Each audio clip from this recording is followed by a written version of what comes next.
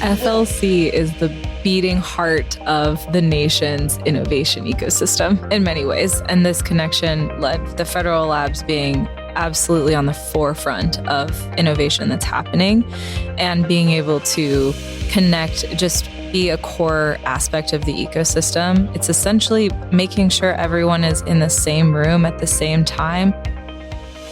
Welcome to the Transfer Files, inside the world of federal innovation. This is your insider's look at how federal laboratories bring groundbreaking technologies to market. I'm your host, Andrea Nelson. In every episode, we'll bring you insights and expertise from throughout the world of tech transfer. Welcome back, and welcome to Season 3. We're kicking things off with a conversation that gets at the connective tissue of innovation, the organizations that help move ideas out of the lab and into the world. Today, we're joined by two guests from IEEE, the world's largest technical professional organization dedicated to advancing technology for humanity. If you work near research, standards, startups, or industry partnerships, you may have touched IEEE in some way, whether through publications, conferences, standards development, or their growing work in entrepreneurship and technology commercialization. And that's exactly why this conversation matters for the federal tech transfer community. We talk a lot about moving inventions to market, but standards, industry alignment, and global technical networks are often the difference between a promising prototype and a technology that actually scales. So today we welcome Joanne Wong and Cassandra Carothers, and we dig into how IEEE connects researchers with industry and what opportunities exist for federal labs and tech transfer offices to plug into that ecosystem. Let's get into it. Welcome, Joanne Wong and Cassandra Carothers. Thank you for being here. Thank you for having us. Happy to be here. Now, if I can start, Joanne, could you tell me a little bit about your background and your trajectory into your current role? So my background is I'm an engineer by training. I always say that. And I worked as a manufacturing engineer at IBM Microelectronics Division, and then eventually went into sales and marketing with large corporate IT firms such as HP, SAP, and my last corporate gig was Cisco. And then from there, started my own startup with the use of 3D simulation for learning. And then I like to say I kind of fell into it by serendipity. It happened. I got engaged with the founding managing partners of Reds Capital, which is a VC firm out of California. And I ended up meeting them when I was doing my business out west. And I liked what they were doing. So I said, can I do what you're doing out east? And that's how I got into it.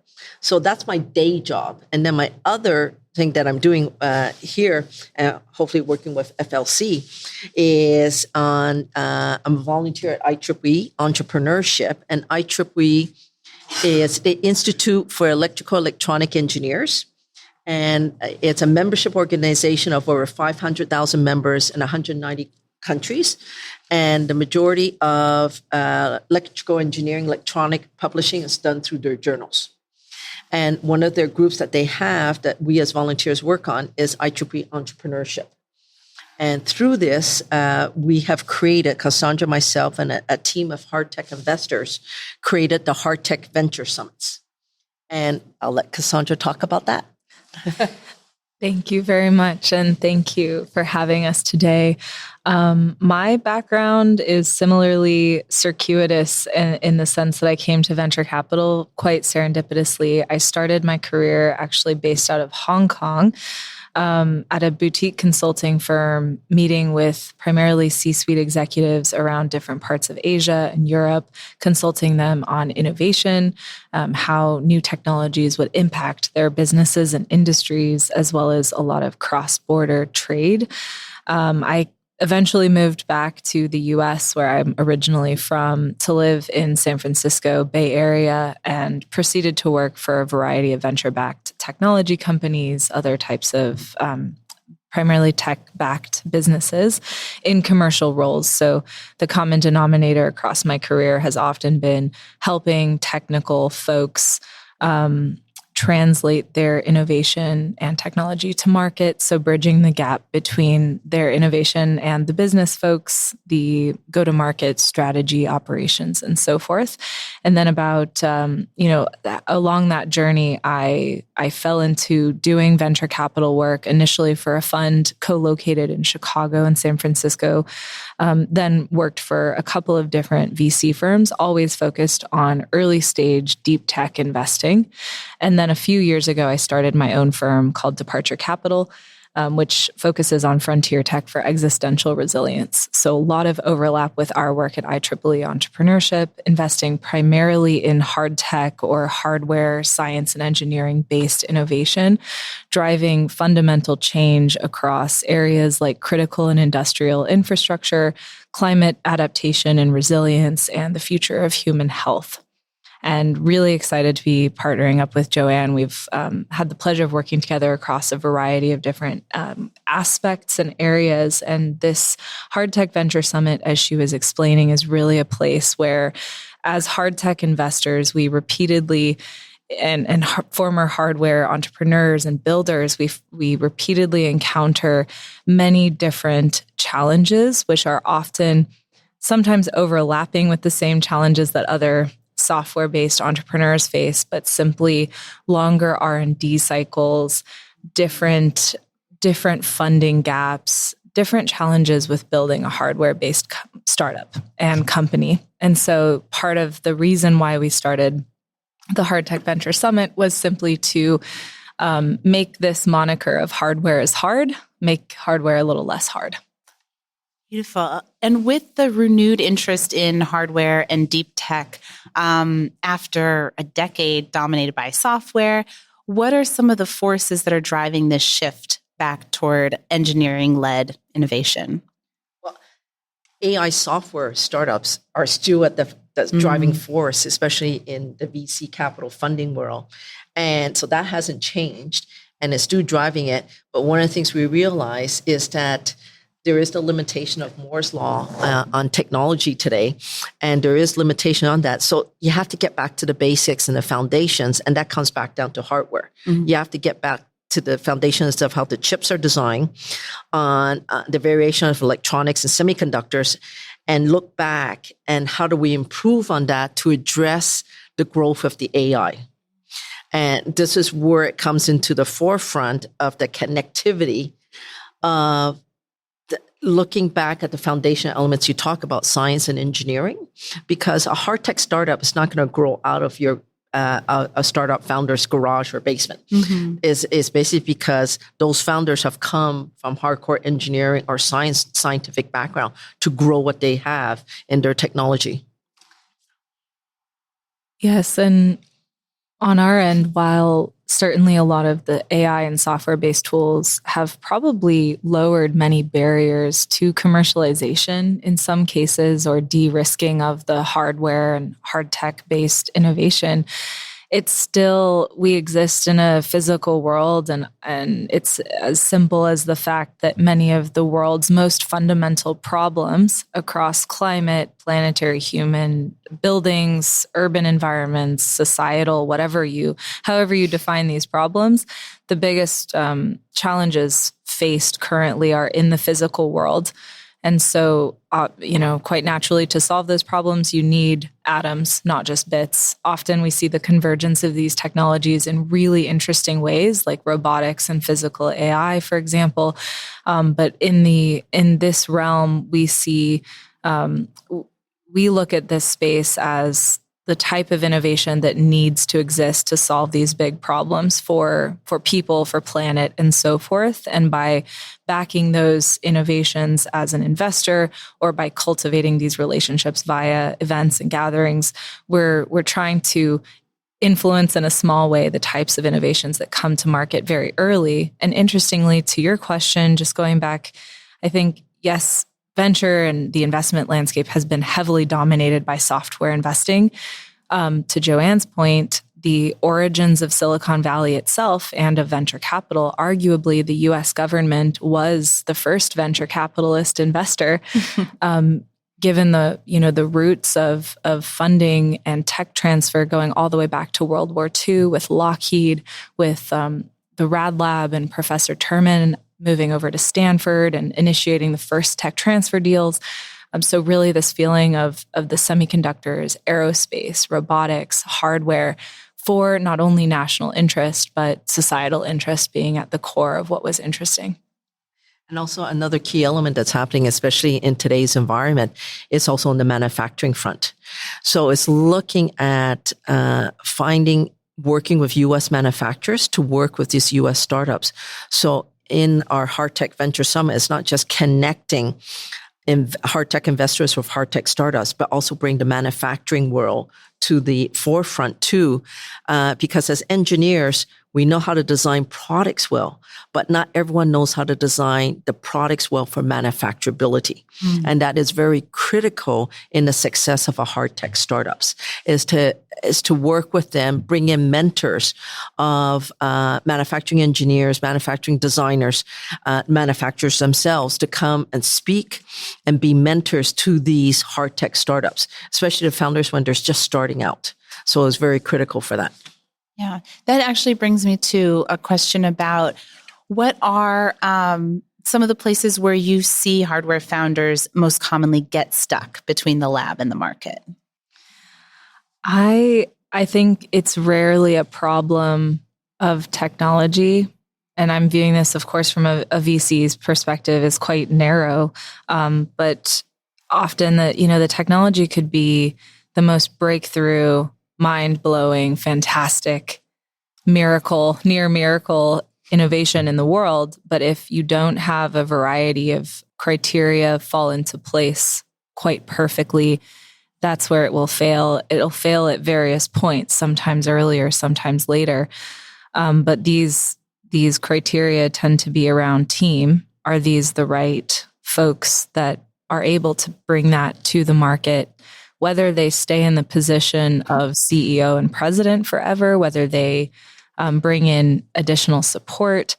But of course, it's often around go to market to the point of, you can have a fantastic innovation, but if nobody wants to buy it and nobody's willing to pay for it and they're uncertain who their customers will be or which markets they can actually apply to, that innovation will unfortunately never see the light of day. Similarly to Joanne's earlier point, manufacturability and going from bench scale or prototype scale to true mass manufacturing is a whole challenge in and of itself.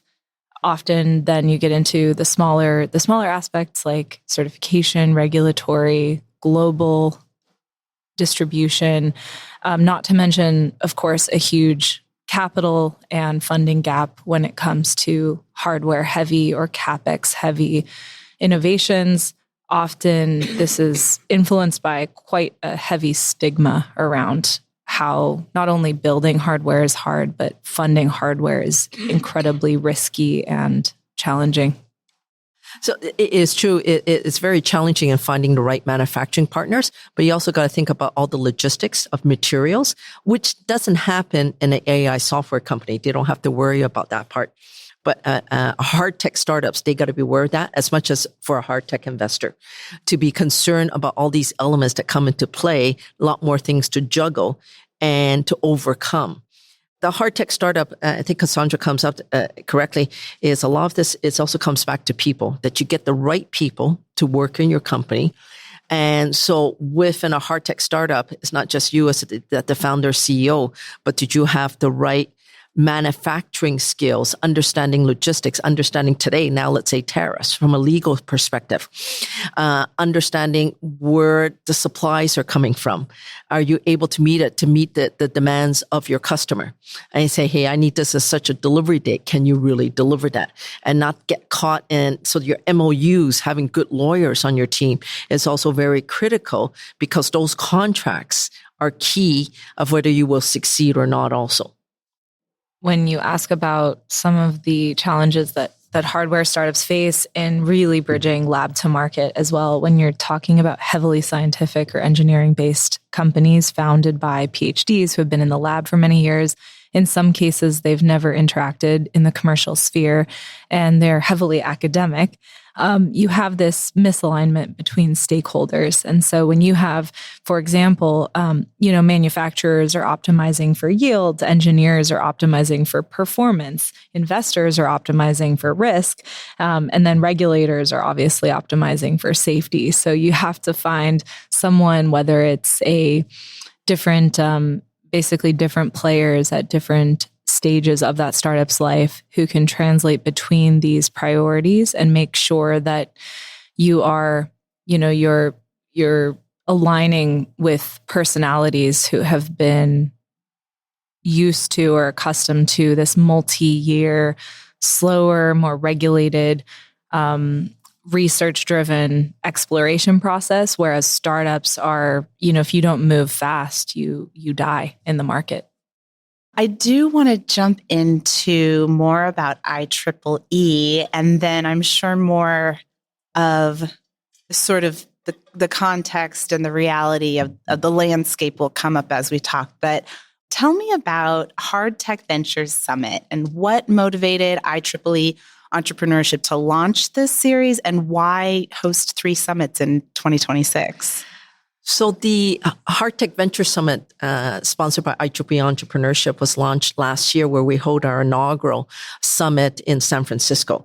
And we were collated with one of our societies, the Microwave Technology and Theory Society, which is on communications. And so we worked with them to get that one kicked off. And because of the success of that one, we realized we have to host more this year. For one simple reason is that startups and investors are very regional. They don't travel much, especially investors and startups. Well, startups because of the cost perspective, and investors are usually, they like to be close to their startups physically. So we said we'll do one out west, one out east. So east is in Boston, west is in Silicon Valley in April, and Boston is in June. And we said we'll also do one in Canada for the Canadian ecosystem. And so hopefully we launched these successfully. Then the following years is, because it's all IEEE volunteer driven. We've gotten volunteers' interest. Can you do something in Latin America, Middle East, Europe, and also Asia Pac? So now it's becoming a juggling act. Okay, where do we move next year? Keeping the ones in the US, Canada still going, but we expand our operations. And since IEEE, these conferences are volunteer driven, we just got to get the right volunteers and basically to have it led by hard tech investors. And the reason we started this first is because as hard tech investors, we knew there was a gap. And because we invest in hard tech startups, and it was trying to find other hard tech investors to invest in hard tech startups and build an ecosystem that no one was addressing today. And via the IEEE, because it's electrical engineering is kind of synonymous, ubiquitous with physical science, with the physical semiconductors, let's say all communications, photonics, IoT sensors, all those are under the umbrella of IEEE with all the multiple technology domains. So it kind of became like a really nice marriage that came about together. So we've been fortunate in working with Cassandra, myself, and other hard tech investors, and also with FLC and other organizations and Autumn to bring all these elements together at these summits. So tell me more about who these are for and what makes them different from a typical startup conference or demo day. Absolutely. So we regularly attend many terrific conferences. The typical format is split between content, sometimes running throughout the entire day with panels of experts, investors, technical folks, and keynote presentations and so forth. Sometimes there's a space for exhibition, and then there's usually networking breaks.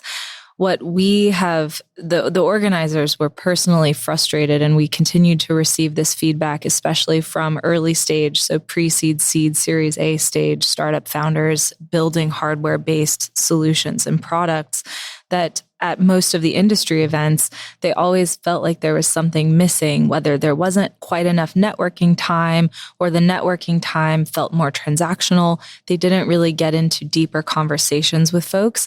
And then while of course, there's always a spicy panelist in every conference. Sometimes folks are more hesitant to say what they really mean or what they really think, or a panel is so short that you have to get through it quickly, and each panelist only has 30 seconds to respond to a query. Thereby, you have what we tend to refer to as a lot of talking heads in the room and not much resulting in terms of real value to all of the participants. So the main way that the Hard Tech Venture Summit is looking to be different is simply to create a highly curated, literally hand-selected group of people, primarily consisting of startup founders, startup founders with hardware at the core, hardware investors who we vet every single applicant. So we go and meet with these folks and make sure that the startups actually have hardware in their core product or solution.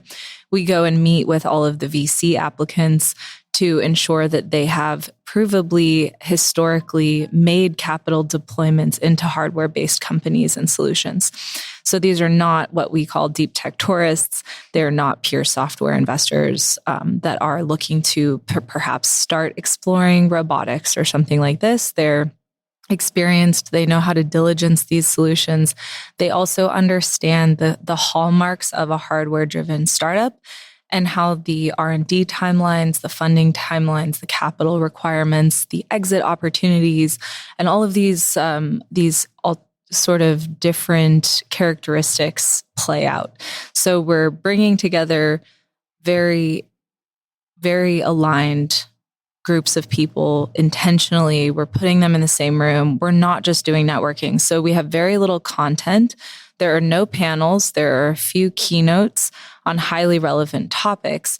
And then the bulk of the day-long conference is centered around roundtable discussions. So we will put between 8-10 people or so at a table with a handful of startup founders, a handful of investors, and a few hand-selected ecosystem support partners. That could be an IP expert. It could be a manufacturing partner. It might be an alternative financing provider like equipment leasing, et cetera.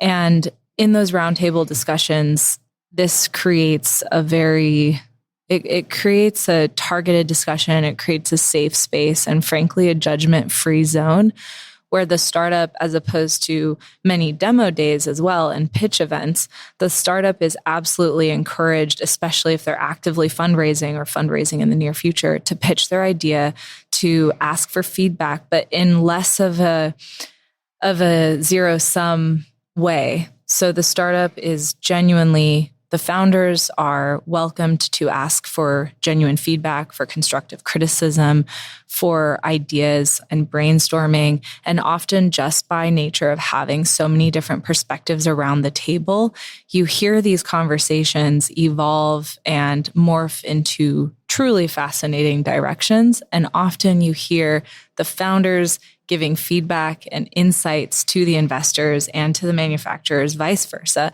So it's definitely not a one-sided conversation. The startup founders are not put on the spot.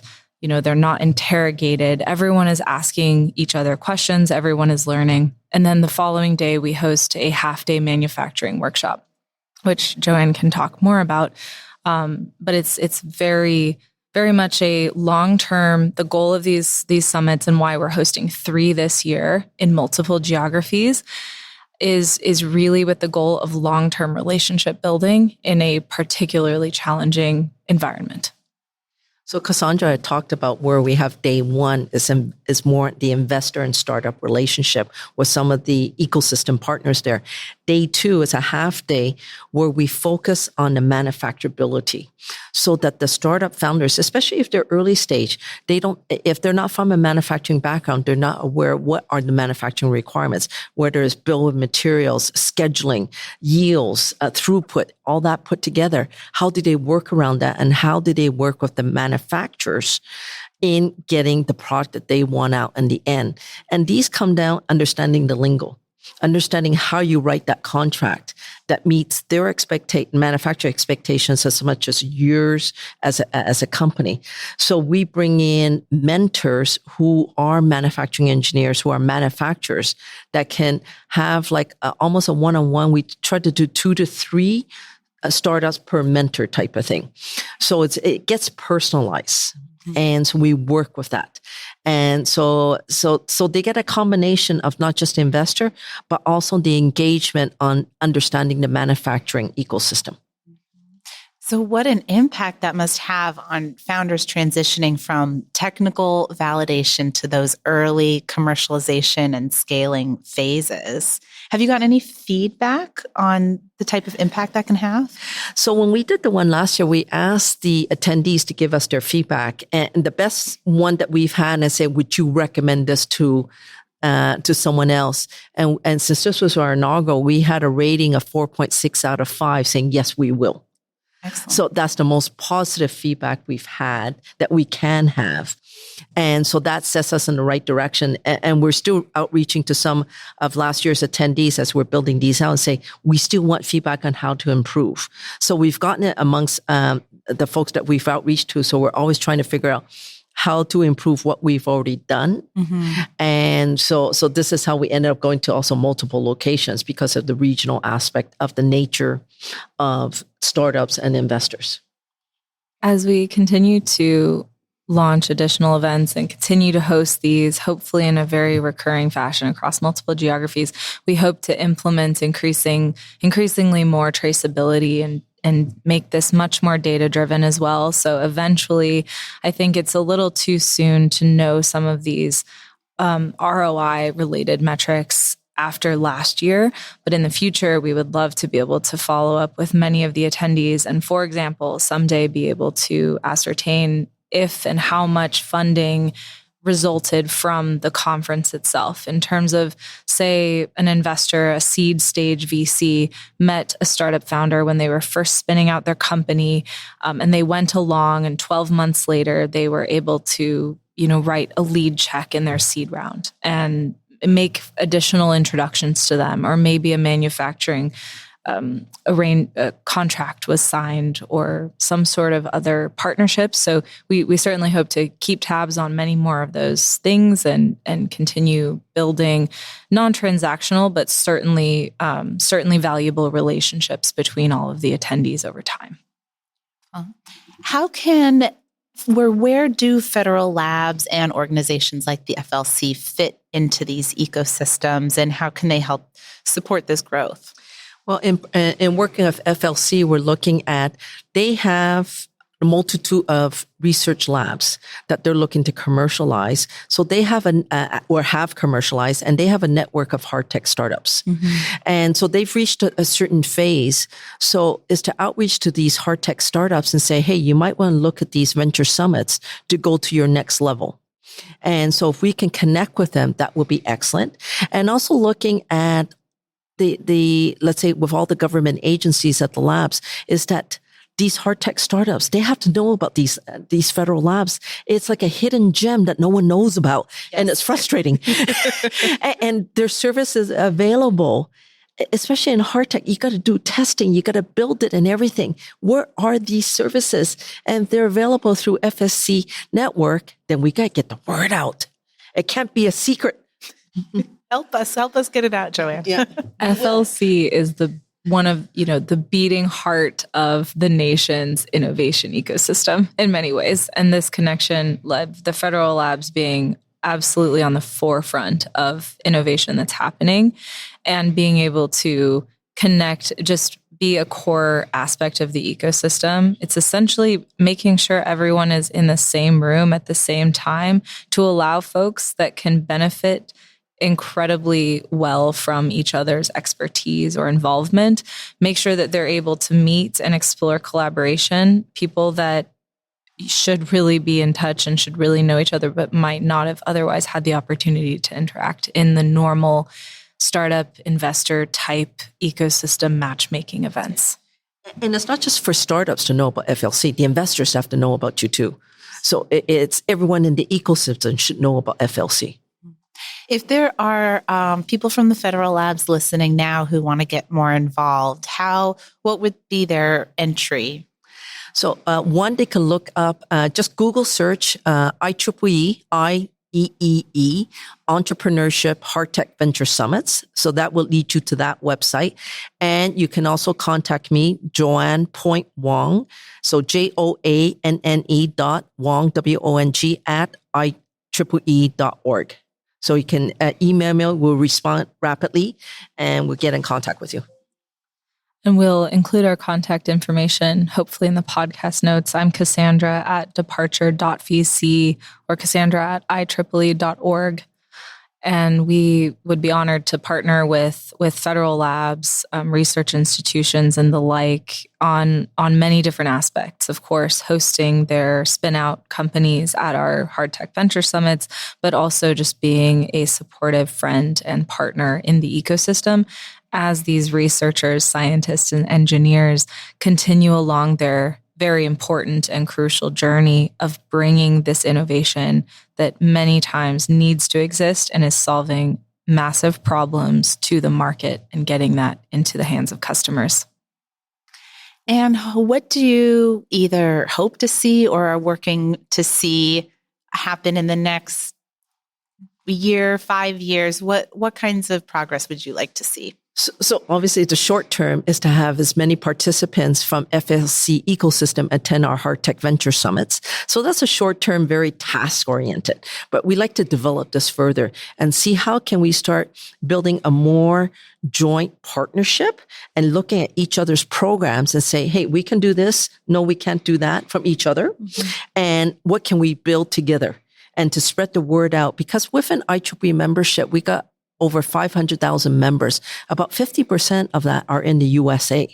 So we got to get those members, IEEE members, knowing about what you guys do. And so that they can leverage it because they're looking at they got research, they got patents. How do they commercialize it? If they can go through the help of FLC, it'll be fantastic. I think in the future, say 3 to 5 years or so from now, we would love to have some concrete metrics and data around results from the summits, saying things like certain amount of millions of dollars were mobilized or were raised in terms of capital, fundraising rounds for the startups from investors that came to our event and startups that came to our event, and they met in that context, and later basically finding ways of tangibly showing that folks have done business together and have found a way to pursue collaboration because of these events.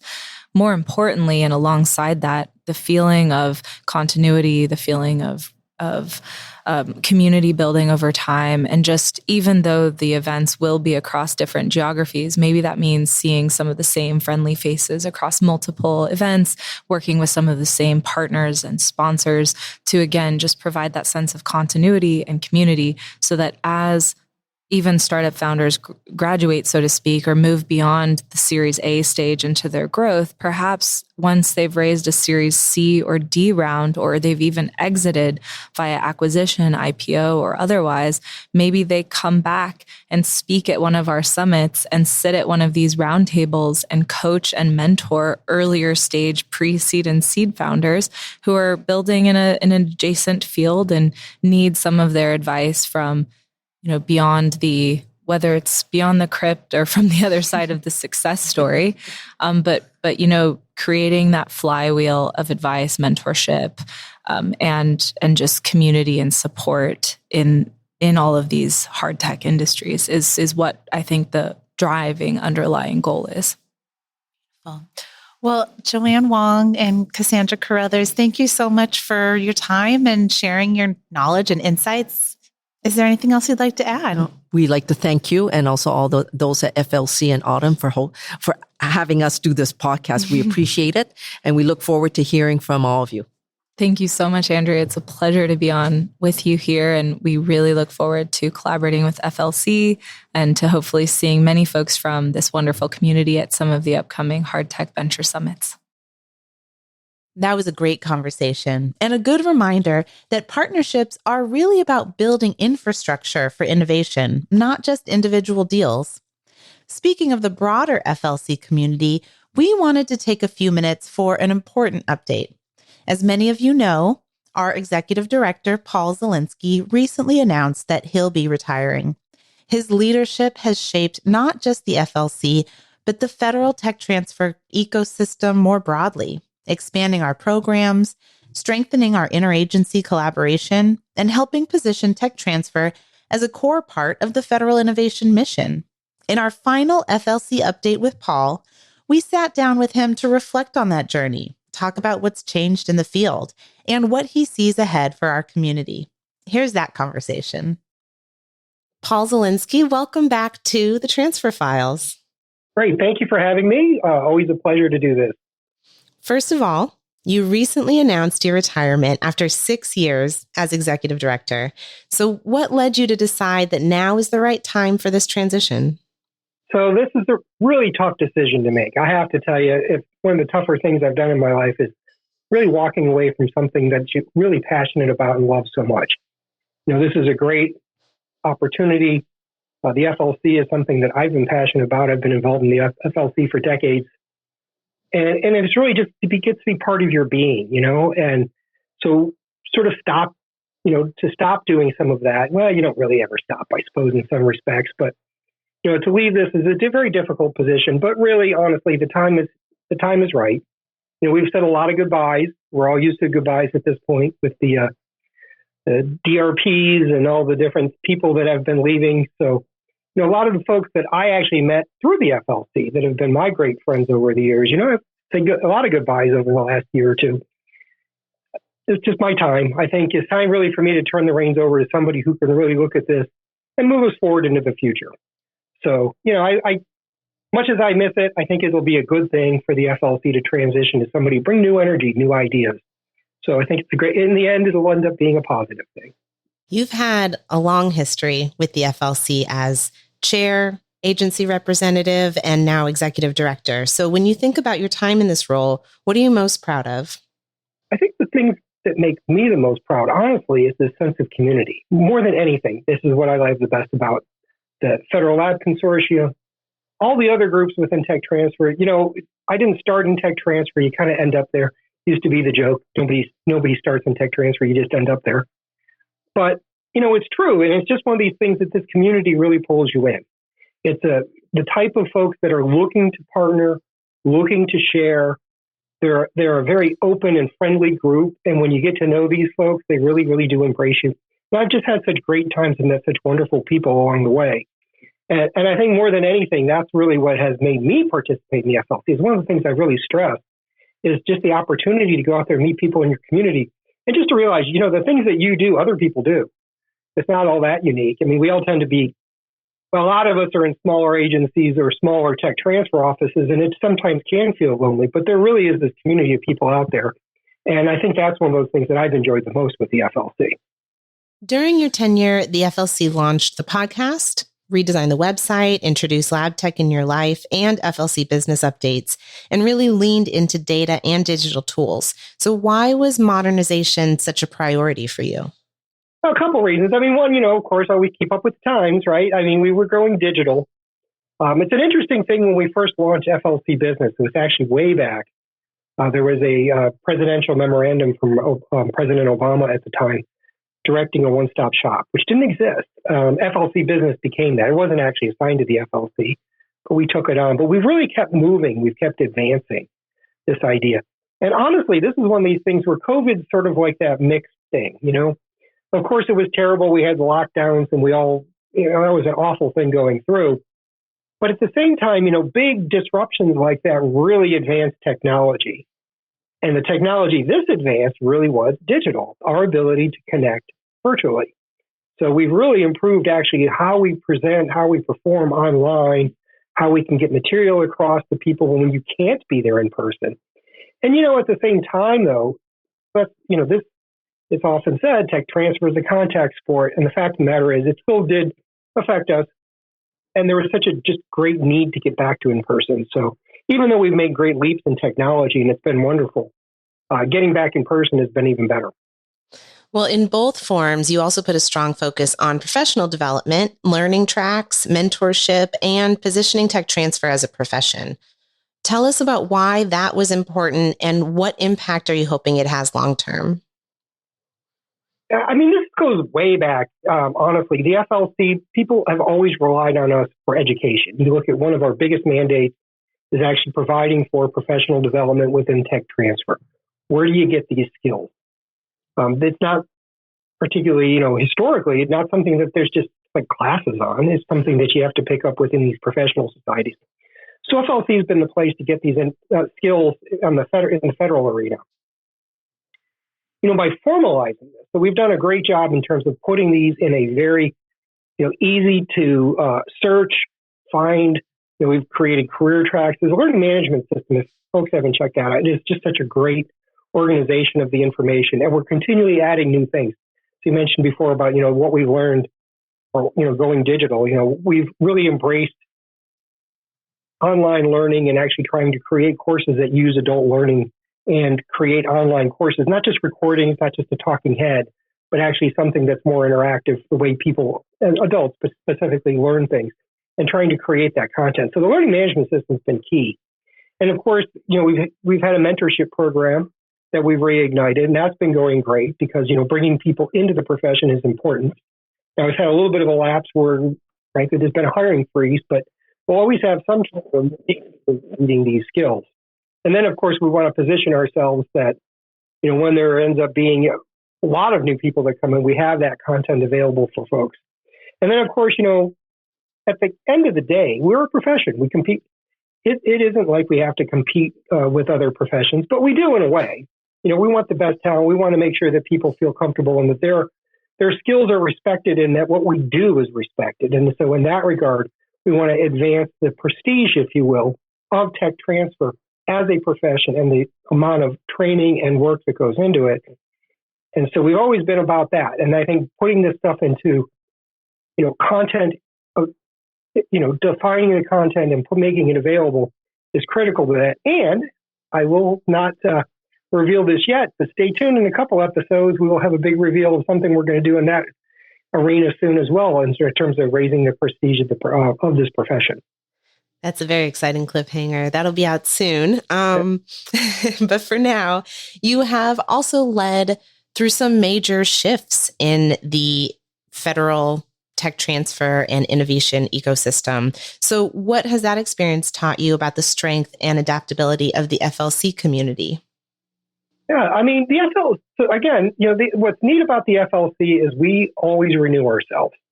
It's one of the things that I find particularly interesting about technology is we're always dealing with what's next. What's new, something that's coming up, the hot topic. And that's always, to me, been really fun and of interest. Back in the day, if you looked at the FLC committees, prior to 2020, we had several committees, but there really was a much more administrative name for each one of the committees. We really didn't have anything in technology. So one of the things back when I was chair of the FLC back in the day, we started doing what we call the tech focus area. So it was like, I'm an engineer. I like technology. So let's focus on some technology rather than just the administration of technology. So we started looking at those things. That sort of grew and took on a life of its own. We went into our what we call our pillars now, promote, educate, facilitate. But that facilitate pillar really came from this sort of focus on technology. And it's one of those things I've been particularly happy with seeing that grow because that ability, that I call it the game phase. We're going to actually, there's the learning side, there's getting all the information that you need to do your job, and then there's actually doing your job. And that's where I think this facilitate thing, we've grown in leaps and bounds. So we've offered tools for professionals to use. As you mentioned, FLC Business, we've totally revamped that. We've just done a lot in terms of trying to provide different opportunities. We go out, we actually have a whole road show where we go out to conferences and tech-specific areas, much more engaged in actually hitting the ground and getting that word out there. Because at the end of the day, again, it's a contact sport. You got to talk to people. Mm-hmm. And just talking to them on in a video just isn't going to get it often. You've spent more than 30 years in federal tech transfer across multiple agencies and interagency initiatives. How have you seen the role of federal labs in the innovation ecosystem evolve, and where are we going next? That's always as I said, that's the fun part about tech transfer. It's always about where we're going next. So, it's interesting back, as you said, I've been doing this for a long time in terms of different agencies. And one of the things that I think has been kind of fun is I've moved a couple times. I tend to stay there at least a good 10 years, it seems, in a lot of places. But, when I got out of the Army, a good example is I actually, my background was doing environmental cleanup. So I did. Civil environmental engineer is my background. So I worked actually at Department of Energy doing that. What's interesting, at the time, that was a huge focus. What a lot of people don't realize is that environmental law and technology transfer law grew up together. So when you look at our Stevenson-Weidler Act and Bayh-Dole Act, those were passed in 1980. Those are the foundation laws that we use. Now, you did some tech transfer before that, but what also passed in 1980 was it's Comprehensive Environmental Research Compensation and Liability Act, but it's Superfund, essentially, at the end of the day. So the Superfund Act passed that same year. We were suddenly going to do cleanup, and that's sort of where I got introduced to technology. We had to do cleanups. We didn't know how to do them. This was a brand new thing. So we had all this work to do. In fact, when you get to have the ability to do curated, passed in the Federal Tech Transfer Act in 1986, that's the same year they reauthorized Superfund. The Superfund Reauthorization and Amendments Act actually passed that same year. So it was really in parallel that these things were happening. I jumped into this thing, and it was really, like I said, launching into this new exciting world of develop and deploy technologies in order to do these things that we couldn't do. So it was fun. It was really exciting. And it got me introduced into the idea of just technology transfer in general. Mm-hmm. So it was a lot of fun. Now, of course, then where are we going? So this is the really exciting part is, of course, we all know the big hot topics today, things like AI or quantum science. And we're jumping into those things. And I think that's the big future. Even something like AI, there's a lot of focus, for example, at the national meeting coming up on how are we actually even embracing AI in our profession in tech transfer, not to mention in the broader context of science. So, really using it. In fact, a lot of our FLC products are starting to adopt AI into our platforms. So it's really an exciting opportunity both to deploy it within the profession as well as just looking at where we're going in the science. Now, as we begin the search for your successor, what qualities or priorities do you think will be the most important for the next executive director? Well, I certainly wish the next person lots of luck and great success, to be honest with you. It's one of those things that I've really enjoyed doing this job. I think one of the biggest things is you really have to have a passion for this. You really have to embrace the idea of tech transfer to do this job because you are probably one of the biggest advocates around. You're talking about it constantly. You're representing it to people over in Congress. You're representing it to senior leadership. You become to a large extent one of the bigger cheerleaders for tech transfer across everything. More than just a cheerleader, but really someone that's actually trying to just make sure that it's happening and it's rolling out. People are using it. You got to develop tools.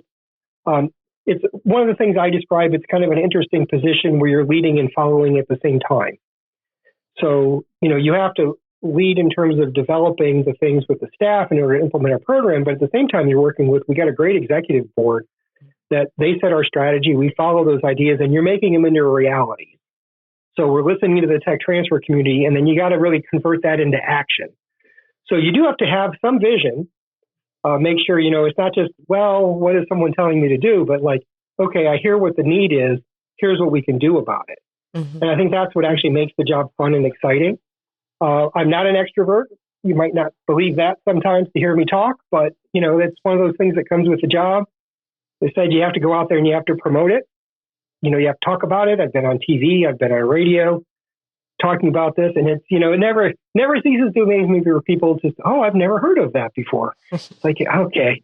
But, you can't take that as a bad thing. I'm here to inform people and make sure they hear about the wonders of what we can do because the possibilities are endless. And I think that's what makes this so much fun. Well, I think the passion is really clear for anyone who talks to you about it or listens to you talk. So as you prepare to step into this next chapter, what would you like to say to the FLC community, our lab members, partners, and other stakeholders? Well, I think the biggest thing, of course, is thank you. It's been a wonderful opportunity I have been deeply honored to be in this role, as well as all of the other roles that I've served, both within agencies. I've been a director of tech transfer in a couple of different places. I've served on some both even at the White House with the National Science and Technology Council as a co-lead or co-chair on the subcommittee for Lab to Market. There's just been so many great opportunities, and I'm just so ever grateful for all of the people that I've worked with. Super grateful for the friendships that I've made, particularly people from FLC. Can't emphasize that enough. It's just been a great thing. The people I've met, working at the FLC, just people you meet at breakfast or at lunch who have been lifelong friends, and I think that's just been awesome. So I think it's just, again, thank you. It's just been a great ride, and I've loved it. I've loved every moment of it. I've really appreciated all the friendships. I've appreciated the opportunity to do things. Part of my nature is to serve people. It's just part of who I am. This has given me a great opportunity to do that and really try to make things better. And that's just something that's important to me. Finally, what are you looking forward to in retirement? And do you plan to stay connected to the tech transfer world? I think this is one of those kind of interesting opportunities for me where I usually have lots of plans. I'm thinking about what's going to come next and how am I going to work it in. And I am doing my absolute best not to do that. My biggest hope right now is to take a little bit of time and not do anything. When I left federal service, I retired from as a federal employee. I retired on February 29th. It was a leap year. And I started this job on March 2nd. So I had March 1st was my day off. And I actually worked that day because I was preparing something for the March 2nd. But I'm actually trying not to do that this time. So I'm hoping to take at least a little bit of time and really just sort of coast and see where things take me. I hope to still stay involved in things. This, as I said, has been part of my life for so long. I don't really see it going away. But we'll see where things go. And, like I said, one of the things that I hope to do is see a lot of my friends that I've made along the way. So that's one of those places that, if nothing else, having lunch and just having some chats with people, I'm always looking forward to that. Yeah, well, I can just say, if I can take a moment, that having walked through some of the national meetings and other events with you, it's very easy to see how many people you know, and it's easy to imagine how many more people you've touched along the way, whose journeys you've kind of had a fingerprint on. So thank you so much. I'm sure I speak for many of us when I say that, just really appreciate all your hard work and very clear dedication and passion. And we wish you the best in retirement. Thank you. Thank you, Andrea. And thank you, everybody. And that brings us to the end of today's episode and just the beginning of a new season. A big thank you to Joanne Wong and Cassandra Carothers from IEEE for helping us unpack how standards, industry engagement, and global technical networks play a role in successful technology transfer. Of course, thank you to our Executive Director, Paul Zielinski, for his years of leadership and for sharing those reflections with us. We'll continue to keep the community updated as we move through this transition. If you're part of a federal lab, a tech transfer office, industry, or the broader innovation ecosystem, we invite you to stay connected. Check out upcoming FLC events, explore our training and resources, and keep building those partnerships that move technology where it can make a difference.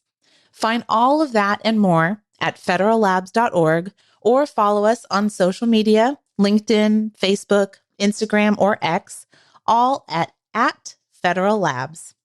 Thanks for listening and spreading the word about this podcast. Tell your friends and colleagues about the podcast and leave us a review and rating because that helps other people find us. Subscribe and listen to all of our episodes on YouTube, Apple, Spotify, or your favorite podcast platform. Check out the show notes or the episode page at federallabs.org for links to more resources and information.